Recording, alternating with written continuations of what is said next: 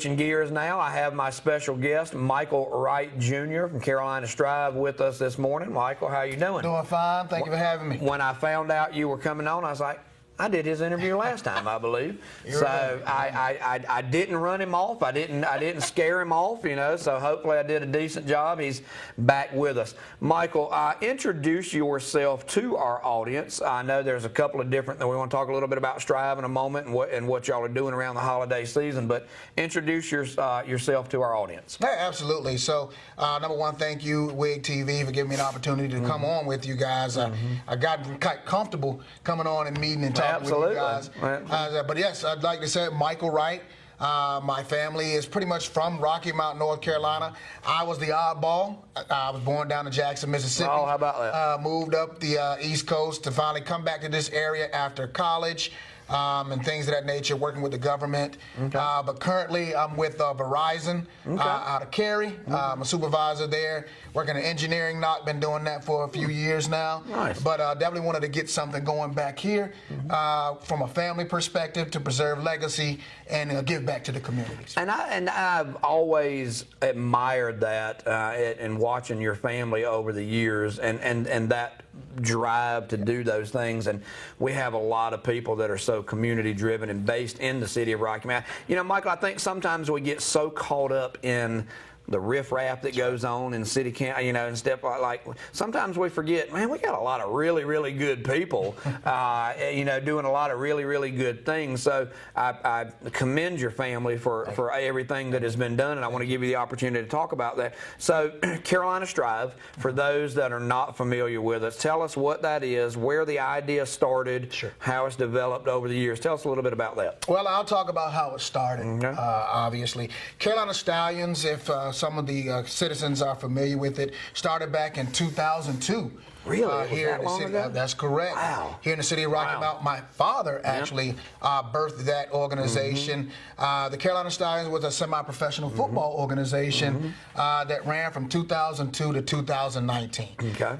Pretty instrumental in the community, doing a lot of community service, community projects. But the big thing was giving young folks opportunities through athletics to go on and pursue collegiate either sports or a scholarship for whatever education they wanted to do. So I wanted to continue that march forward. My father unfortunately passed for COPD back in 2020.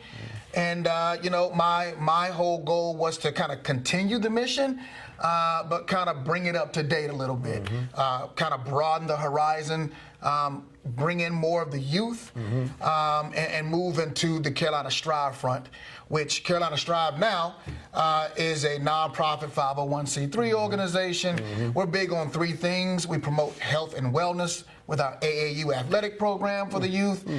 We do early career development services now, where we focus in on different career fields like agricultural science, architecture, the medical side of things, biotechnology, just to name a few things.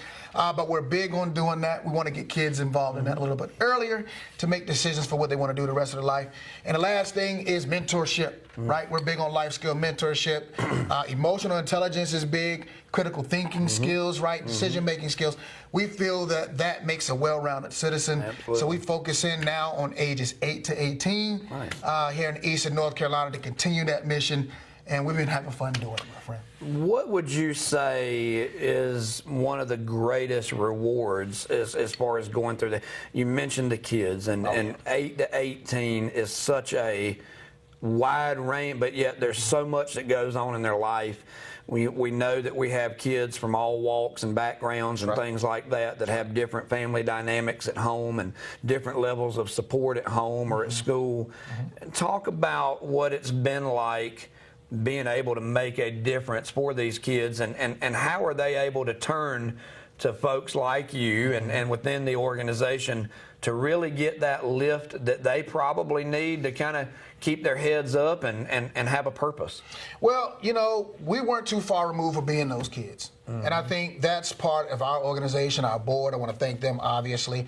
You know, they understand the mission.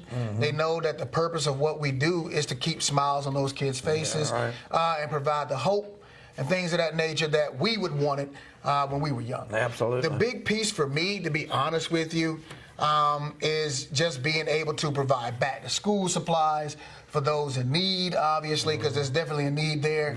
With the events that we're doing, able to give back to whether it's cancer research or build scholarship funds. That's been the most rewarding piece for myself and our organization. Awesome. It's just to be a part of that narrative and story. And I know it's other organizations that are doing similar things. We just wanted to make sure we put our stamp here in this area to make sure we're part of the, That's awesome. the solution and not the problem. I remember being really excited and getting into what you did when the last time you and I talked, so I know it's grown even more. So as you look at involvement in the community, if people are watching right now and maybe they've heard of you, maybe they haven't heard of you, how can people in the community support this effort? What levels of involvement can people get in with Strive? What can they do to just support this overall mission? Well, number one, bodies. You know, definitely we do a lot of community events. You just talked about a little bit one. We had a golf tournament not too long ago. Been doing that a few years now. We just finished up our 5K. That Run Over Rise Up, Run Over Cancer, where we do the 1K fun run for the kids, and then we do a 5K. You know, and you wouldn't believe how many people come out to run for someone else who's been afflicted with cancer, right? I got a personal story. My father had throat cancer, right? And so many stories are told out there, I couldn't believe. But at the end of that, we're doing it for a purpose, right? There's so many patients that are local that need support, whether it's treatment supplies or just raising cancer awareness here in the community. But it's been so great to be able to reach out and see all walks of life come out to support us, whether it's a track meet, whether it's our project Giveback, which I'll talk about here in a moment. These things have really become dear to our hearts. And what we ask for is program sponsorships. You know, with different levels that we have, obviously. Donations, everything is tax deductible with us. We're a nonprofit 501c3 with the IRS. So, you know, we feel good that we know that anything that's provided to us is being put to good use and it's been put right back into the community.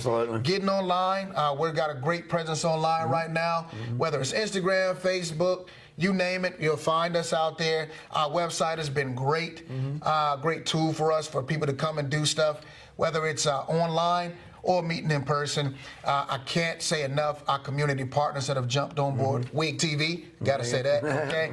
YMCA, UNC Health Nash Foundation, City of Rocky Mount Parks and Recreation, the OIC, Chamber of Commerce. If I forget folks, please, don't hold it against me. But it takes a team of folks, my friend, to make this happen. So we're welcoming more and more to come on board with our mission, and we're excited for what the future holds. Well, I appreciate your passion and your excitement. I mean, to make anything like this successful takes great leaders. I know you learned a lot from your father and continuing to drive forth his mission and things that he was passionate about doing.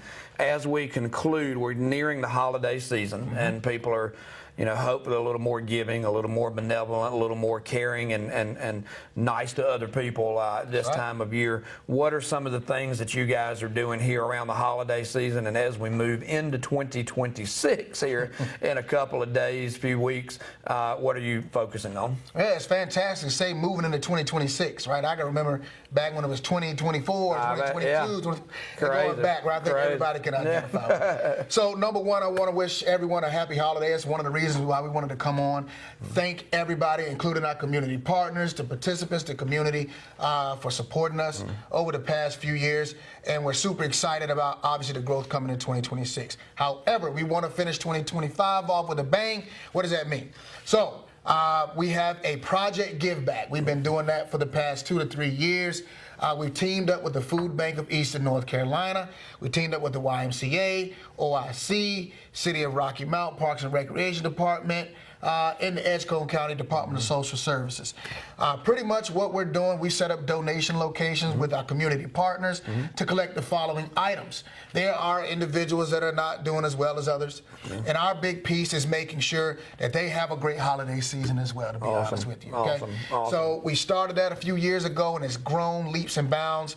We collect new toy items, obviously, for some of the kids, non-perishable food items. I always can use that, of course. And clothing items, right, for those less fortunate than us. And we've been so excited to be able to provide that to the Department of Social Services to identify families in need that can utilize those things, as well as the community at large with our non-perishable food items and clothing items. So that's what we've got planned. That's going to run. It's already started, by the way. That ends up on the 17th, so get out there to those donation locations. I think OIC, both locations for OIC in the city of Rocky Mount has our donation receptacles, big signs there, bulletin boards, you can't miss it. Awesome. City of Rocky Mount down at City Hall, thank you so much. We've got a donation location there to go and get those items in there. And of course the YMCA, can't say enough. They've allowed us, those individuals have allowed us to put those donation locations out there. So run out, fill it up. There's an actual recognition award for the community partner that does the best. Oh, okay. Yeah, right. We put a little competition on this. Nothing wrong with a little friendly competition. Yeah, right, for a good cause. Yeah. That's right. That's so right. That's what's going on right now for us. The 17th of the month. That's awesome. Is when that ends up, and we'll get that over to the family in need. 2026 on the horizon, you mentioned. I'll finish it up. We've got pilot programs coming, guys. You're going to be super excited about some of the AAU, Amateur Athletic Union, things that we're going to get started from an athletic standpoint for the youth. Stay tuned for that. And we're also doing some after-school programs. We're teaming up with some of the public schools here in the area. So we're super excited. Get involved. And get excited for 2026 with Carolina Strive. What is the best way to get more information or to contact you with any questions? Oh, man. www.carolinastrive.com is going to give you your best resource to contact anybody, obviously, with our organization. It's going to give you the current events. It's going to give you different things from program sponsorship, tiers, and what's involved with that criteria, as well as any events that we have going on, and volunteer internship opportunities with our Empower Up program. That's new on the horizon. That's the best way to get us. Obviously, get on social media. You'll be able to pull in Carolina Strive and find us as well. That's the best way to do it. The easiest way, the simplest way these days and time. Michael Wright Jr., my guest, Carolina Strive. Thank you for your enthusiasm and your energy and everything that you have brought to our community. And like you say, continuing what your father taught you and began. And I appreciate the excitement and everything. I hope people will help and support. So go to the website and do what they can. Thank you. I hope you have a wonderful holiday season as well, my friend. Thank you, sir. That is all the time we have for today. You have been watching the live morning show brought to you as always by Don Bullock Chevrolet. Make it a great Tuesday and stay dry out there today, folks.